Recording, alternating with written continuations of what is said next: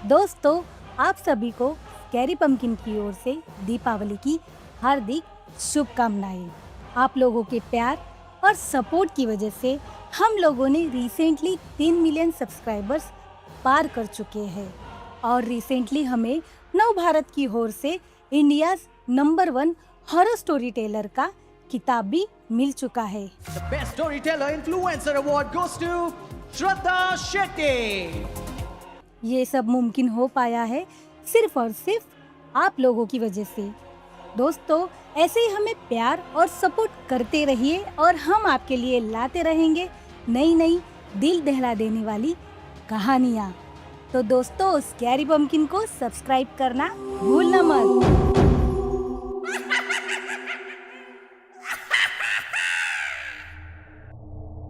आपने कभी नहीं सोचा होगा कि एक आईटी बिल्डिंग जैसी जगह जहां हर कोना कैमरों से भरा होता है, वहां भी कोई ऐसा कोना हो सकता है जहां कुछ छुपकर आपको देख रहा हो। यह कहानी है विवेक झा की, जिसने मुंबई के वर्धान टेक पार्क की बहुमंजिला बिल्डिंग की 13वीं फ्लोर पर नाइट शिफ्ट में बैकएंड डेटा एग्जीक्यूटिव करीब 5 साल काम किया।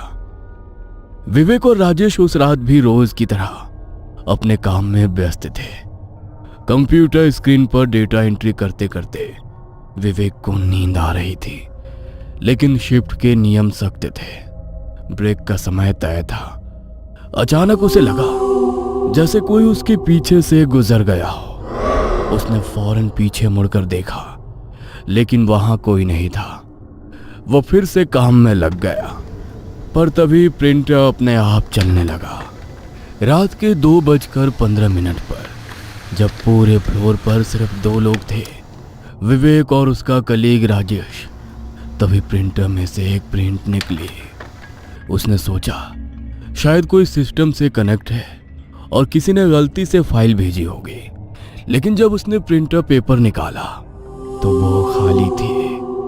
उसके रोंगटे खड़े हो गए। विवेक झा बिहार के भागलपुर का रहने वाला था, एक मध्यम वर्गीय परिवार से, जहां उसके पिता रिटायर्ड स्कूल शिक्षक थे और मां पूजा पाठ में विश्वास रखने वाली सीधी सादी गृहिणी।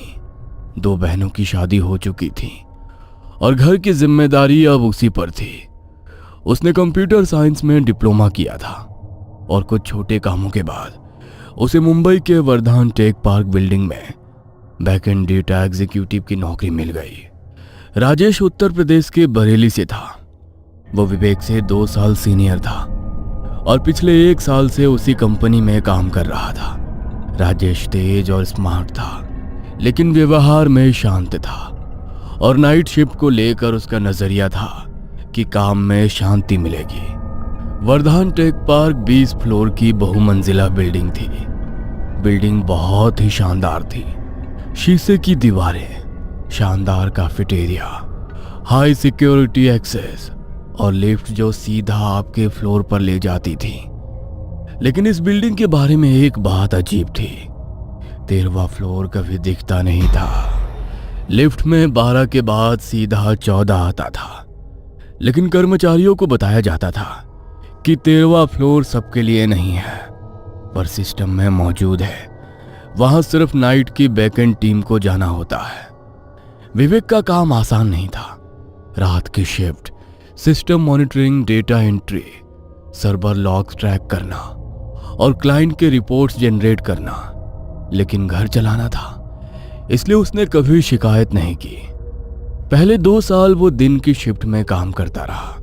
उसे रात में जागने में दिक्कत थी, इसलिए वो हमेशा नाइट शिफ्ट लेने से बचता था। लेकिन हाल ही में कंपनी ने एक बड़ा क्लाइंट प्रोजेक्ट साइन किया। अचानक नाइट बैकएंड टीम में लोगों की कमी पड़ गई और एचआर ने विवेक को मेल भेजा 3 महीने के लिए रोटेशनल नाइट शिफ्ट।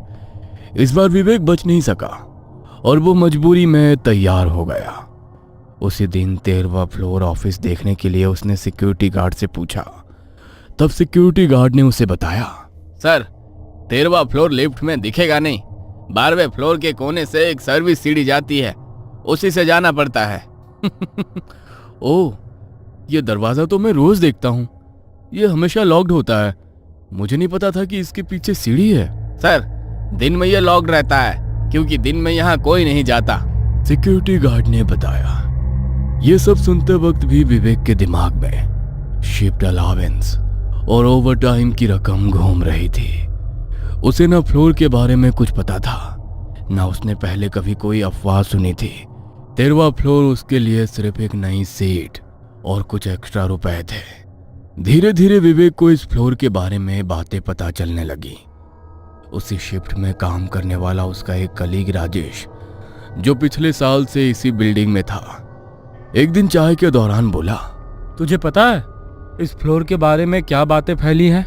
लोग कहते हैं कि यहाँ रात में अजीब अजीब चीजें होती हैं। ये फ्लोर हॉन्टेड है।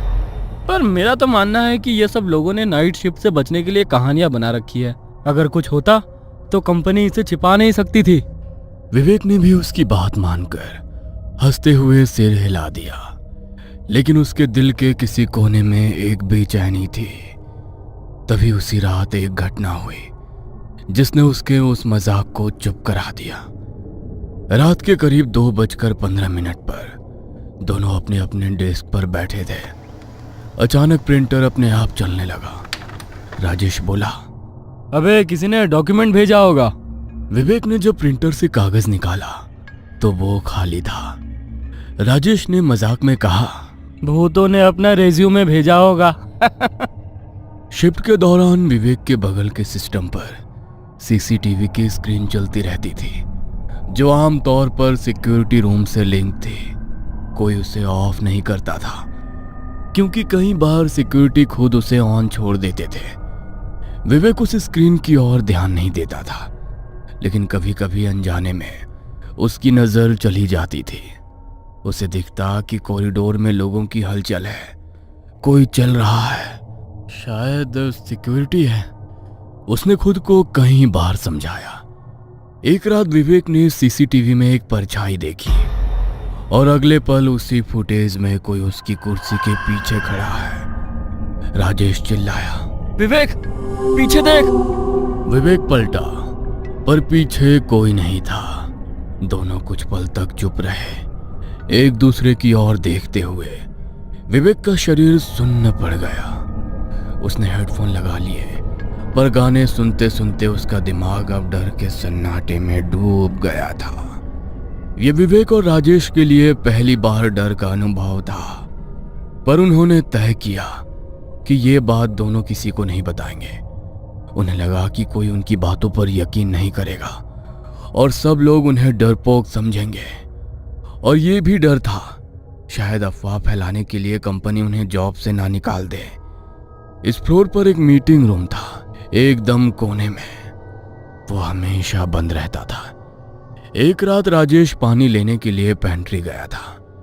तभी विवेक अकेला बैठा लॉग फाइल देख रहा था कि उसके हेडफोन में अचानक शोरगुल सुनाई दिया, जैसे बहुत सारे लोग एक साथ बोल रहे हो। हालांकि प्लेलिस्ट में कोई म्यूजिक ट्रैक नहीं चल रहा था। वो हड़बड़ा कर उठा और आवाज अचानक से बंद हो गया। उसकी नजर मीटिंग रूम नंबर 3 की ओर घूमी। दरवाजे के निचले से हल्की पीली रोशनी चमक रही थी, मानो अंदर किसी ने टॉर्च जला रखी हो। लेकिन अचानक वो रोशनी बुझ गई। विवेक को शुरू से ही इस कमरे को लेकर उत्सुकता थी, इसलिए एक रात ब्रेक टाइम पर उसने सिक्योरिटी गार्ड से पूछा, ये मीटिंग रूम नंबर 3 हमेशा बंद क्यों रहता है? कोई मीटिंग तो कभी यहाँ होती नहीं देखी। गार्ड ने पहले तो टालने की कोशिश की, लेकिन फिर धीरे से बोला, सर, पुराने लोग कहते हैं इस कमरे में कुछ ठीक नहीं है। पहले यहाँ मीटिंग्स हुआ करती थी, लेकिन फिर एक बार कुछ अजीब हुआ, उसके बाद से इसे बंद रखा जाता है। कुछ दिन बाद एक रात राजेश हाथ धोने के लिए कॉरिडोर के आखिरी वॉशरूम में गया।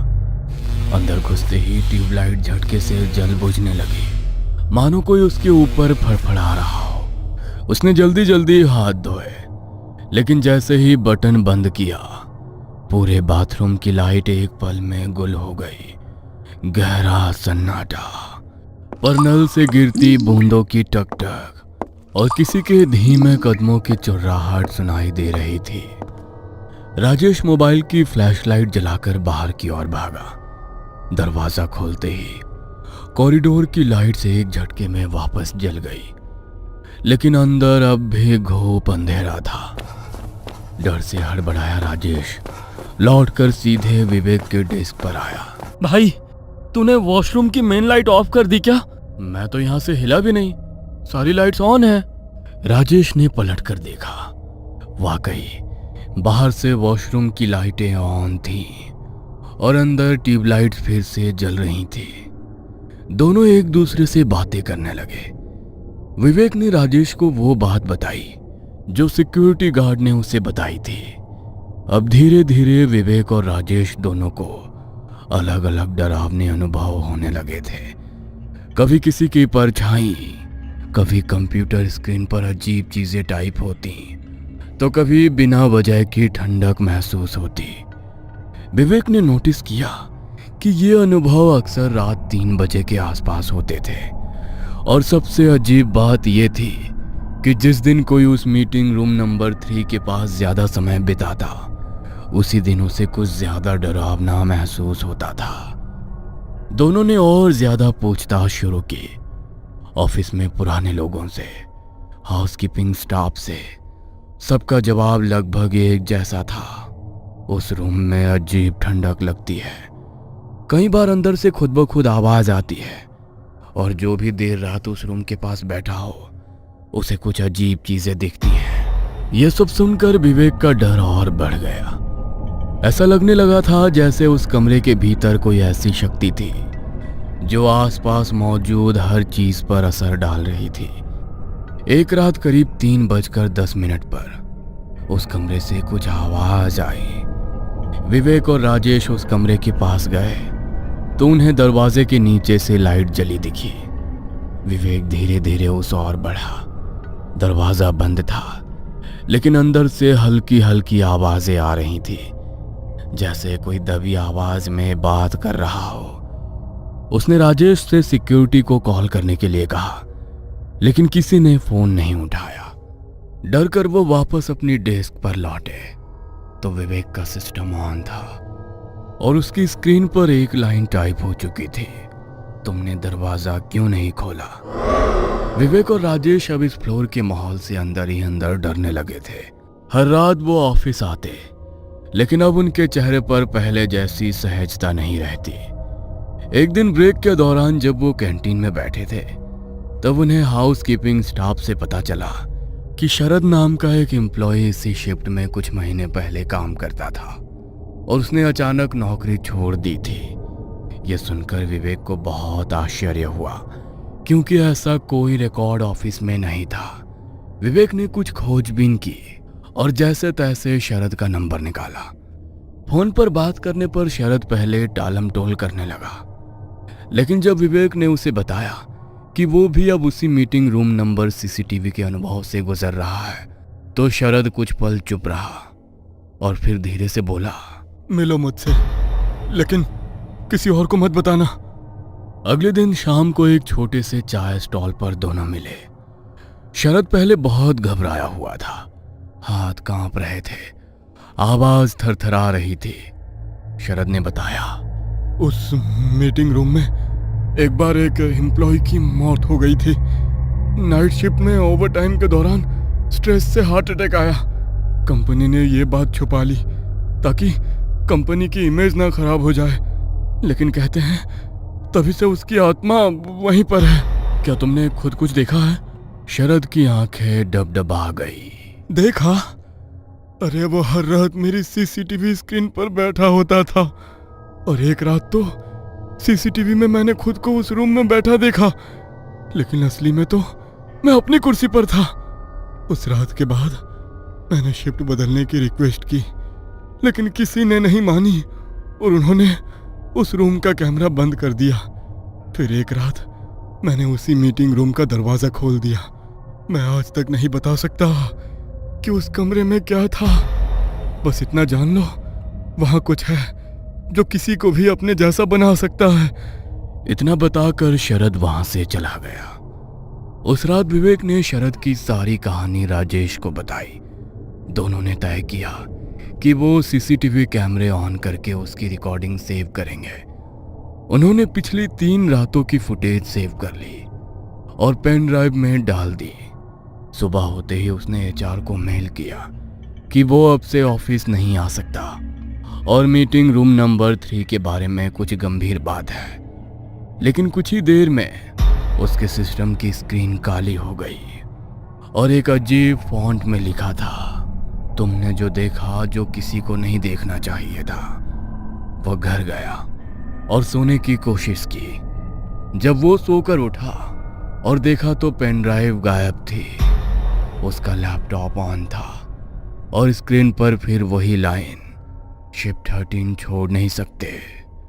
उसी रात राजेश का फोन आया।